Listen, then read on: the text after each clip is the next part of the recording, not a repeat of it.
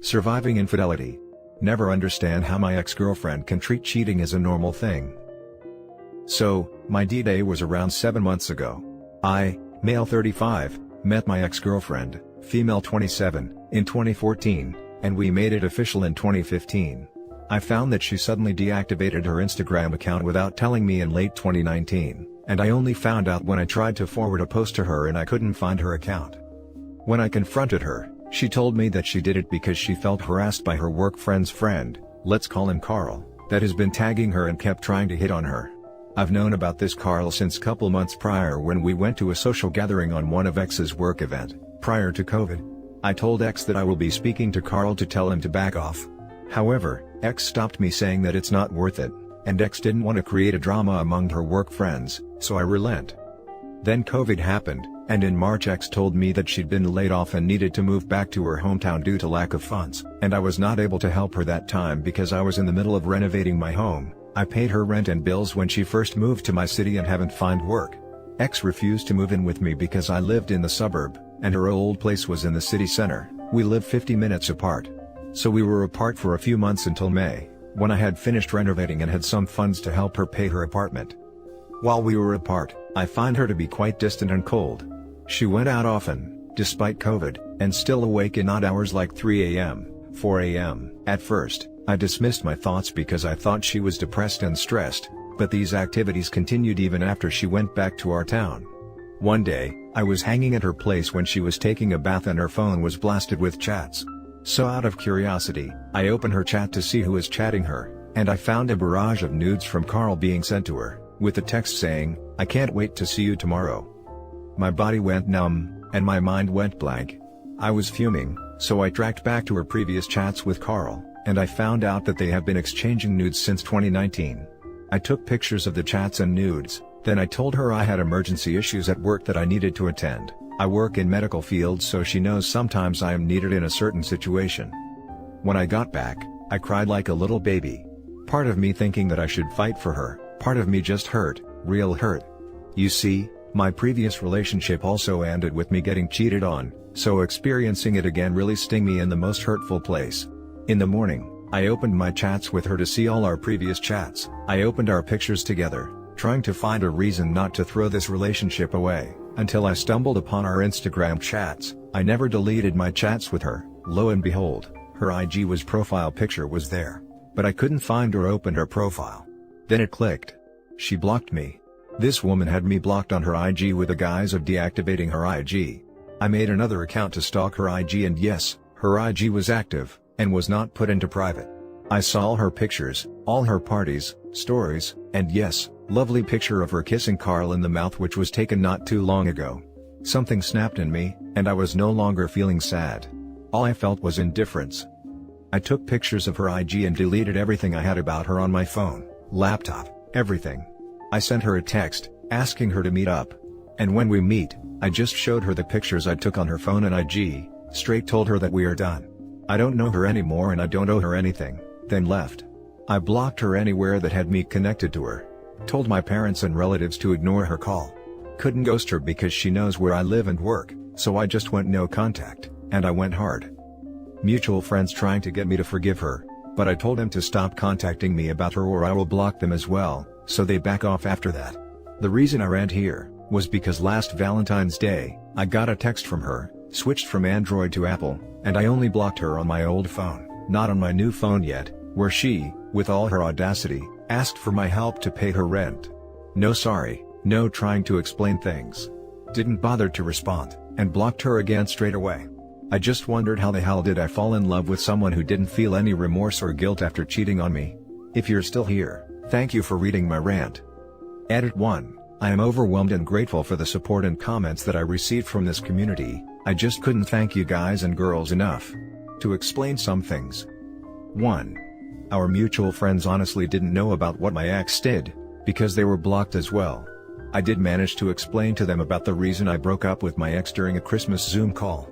They understood and didn't mention her anymore after that, so I am good with that. One of my closest friends told me they wanted to us make up because they saw how happy I was when I was with her, so when I told him what my ex did, he almost went ballistic at her. I told him to drop it, since I want to avoid any drama. All in all, I'm just fortunate that my ex didn't reach out to my family. They were a different story I would like to avoid. 2. Some asked about the IG. I have to admit that I suck and ignorant at social media thing. I only know how to like, follow, comment, and post on Instagram, unlike my ex who is a heavy user of Instagram. So when she said she deactivated her account, I believed her completely. 3. Some of you commented about me paying her rent and being an ATM, which I admitted was my fault since the beginning. The comment hit me hard, but it's the hard truth I needed. I tried too hard I guess, and I really want to make this relationship works that somehow, I'm blinded. I told myself that I will be her provider anyway when we get married, so it's okay for me to help her when she needed me. Well, somehow I managed to dodge the bullet unintentionally, so I guess that's a win for me. Edit 2. I woke up and find so many encouragement and questions. Frankly, I am truly grateful to this community for their massive support. I'd also like to thank you all for the awards. Hopefully happiness will find you all. Meanwhile, I will try to respond some inquiries and questions from some of you. 1. What was my ex's response and excuses when I broke up with her? I didn't stay to hear her excuses, nor I was in a position where I want to know. All I had in my mind was to end it and leave. Whatever she said will never change the fact that she had broken my trust and had an affair. No explanation will fix or change that fact. 2. How did she know my number on new phone? I retained my old number, been using it for 10 years or so, when I switched from my Xperia to my Apple SE. She texted me through regular SMS because I had her blocked on my WhatsApp, and I had forgotten to block her number on my iOS because I had deleted her number previously. Somebody asked why I changed from Android to iOS. Well, it's just because I wanted to try iPhone, I guess. 3. About her refusing to move in with me when she was laid off. I know it should have been a red flag, but at that time, I was trying not to be pushy about her moving in because I had thought that she might reacted badly should I insist. She doesn't drive and depend on me or her friends to go from one place to another, and since I am mostly working, she told me that she won't be able to go out with her friends or have anything to do if she moves in with me. I was always non-confrontational, and she was the type who hates it when someone forces her to do something she doesn't want. 4. About her trying to get me back. I don't know how to respond to this, to be honest. I don't know whether I am mentally prepared to see her again or caught off guard meeting her. This is the worst scenario that could happen to me right now. 5.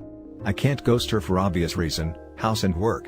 Since I can't ghost her, I just really hope that she won't come to my house or workplace.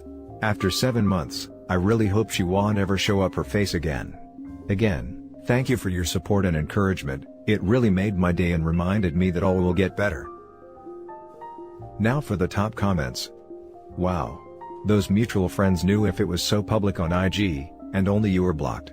Ditch all those people. Thank you for your response. Our mutuals are only 5 people. I have a very small circle of friends, so my ex had them blocked as well. My mistake was that I didn't want to explain why we broke up to my friends, and I deleted all my pictures about our IG, too hurtful to keep. The reason they want me to forgive her is that they felt that it was a shame that I ended up a 4 years relationship, and tried to be a good friend in making us become a couple again. They assumed it was only a minor misunderstanding between us. Cheating didn't bother her because she didn't see you as more than just something to be used at her convenience. This is confirmed by her asking you to help pay rent. I knew where this was headed when you said you paid her rent, but she wouldn't live with you, even temporarily. I just wondered how the hell did I fall in love with someone who didn't feel any remorse or guilt after cheating on me? It's a simple and very well-known pattern. You're a good, honest, considerate and loving person, Mr. Nice Guy, and she is a narcissist who needs constant supply of external validation, and one man, especially the nice one, is never enough. You're lucky that you discovered her cheating. And you're wise to quickly dump her. She'd ruin your life. You're capable of deep love, so move on and look for a woman worthy of you, who will love you as deeply as you'll love her. There are many such women, and dating is so easy nowadays. Take your lesson and don't get attracted to a narcissist again. Thank you. I'm taking it slow right now, and took advice from this subreddit to help me build my self-image. I am grateful to have found this subreddit few months ago. Holy cow. That's one hell of a story. I'm sorry you had to go through this. Thank you for your response. I am fortunate that I am in a better place now, and was able to move on. Though somehow my ex was able to trigger me with her text. Now for the last story. My story. A bit lengthy, but here's my story and I feel it's important, My fiancé and I were together for 6 years, lived together for over 5, and were engaged for 2. We had always had a wonderful relationship. She was the one that wanted to move in with me. She started dropping hints that she wanted to get engaged. Of course, I was ready and happy to also. After almost 4 years into our relationship, not too long after we were engaged, I discovered that she had some real clinical depression. She had always talked about how her career wasn't working out the way she'd hoped, and that it was making her depressed. One night, I came home and discovered that she cut herself on the wrist multiple times. I cried and panicked. But I cleaned her wounds, bathed and fed her, and vowed to support her and get her better. I got her into therapy the very next day and proceeded to work on almost all my off days to make money for the therapist. I thought I was doing the right thing by being there for my fiancé. During this time, she and I never had issues with one another. She continued to harm herself from time to time and eventually got on antidepressants as her therapist feared she was a self-ending risk. I continued to support her, even doing research on ways I could be there daily for a self-harming spouse. Her depression, according to her, revolved around her want for a new and better job. At the time, we were living in Georgia. She wanted to leave Georgia as she felt that she'd stand a better chance at a career elsewhere. In June of 19, I relocated us to New York. I wrote her cover letter after cover letter, passed out her resume, and networked for her as much as I could. In October of 19, she finally found a job that made her happy. I wrote the cover letter for this job and I couldn't have been happier for her. Soon after, I swiftly noticed a change in her. She became withdrawn, occupied, and distant from me. The one time I needed her to be there for me when I was down, she was only concerned with herself. After I called her out on it, she swore up and down that she didn't mean it, and that it was me and her against everything and that she'd prove it. In Jan of 2020, she began to act very odd and suspicious. We began to fight a lot. I didn't think she was cheating on me, but I knew something was off. I told her that I felt that she was changing and now realized she wanted something different in life. I told her that I felt she was outgrowing her life with me and that it was okay and that she could go. But she cried and pleaded that I was wrong. In February 2020, I told her the same. I told her that I believe she's outgrown what she thought she wanted in life with me, and that it was totally okay and that she could go. But again, she cried and pleaded to me that I was wrong, that she was here with me and that I was misinterpreting everything. In March, we once again got into a huge fight over her odd behavior. I was so anxious and depressed all the time, trying to figure out how a great relationship of 5 years was falling apart so quickly. During the fighting, we decided to take a break. I asked her if there was someone else and immediately apologized for it. She looked me in my face and asked me how I could ask her that. I remember going away to a hotel that night and I turned on myself. I was convinced that if she crying and pleading that there's nothing going on with her, then it must be me. I apologized for it, took ownership of everything, and asked for another chance to be a better man. She then took me to a couples therapy session. After the session, she told me that she wasn't sure if she wanted it to work out with me. So, I told her that I would not be here for that and I left. I told her it was over. The next day I came home to get my things for work. She wrapped me up in her arms and legs and cried inconsolably and begged me to stay. She said that she realized that she does want it to work, and that she doesn't want a life without me. She said her depression and anxiety caused her to not think clearly. She cried and pleaded for another day until I ultimately decided to stay. I never wanted to break up and I thought we were just having a rough patch. After that moment, things seemed so much better. We began to communicate better and we seemed to return to ourselves. I was so rejoiced that this few-month rough patch, at least that how I perceived it, was over. We were back to us. On MLK Day 2021, I caught her. The previous night, she kept saying that she wanted to do something special for Valentine's Day. I told her we should go away for a weekend and she was so excited. We went to bed that night and even looked at hotels. The next day, I went to work on the holiday to make extra money for this trip. She was off and said she was going to get her nails done.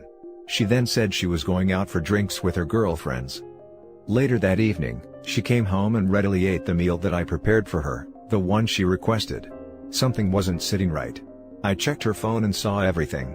She reached out and made plans with him the previous night, the same night we were planning our special Valentine's Day trip. She spoke to him using words she'd used with me for years. She even threw me under the bus to him.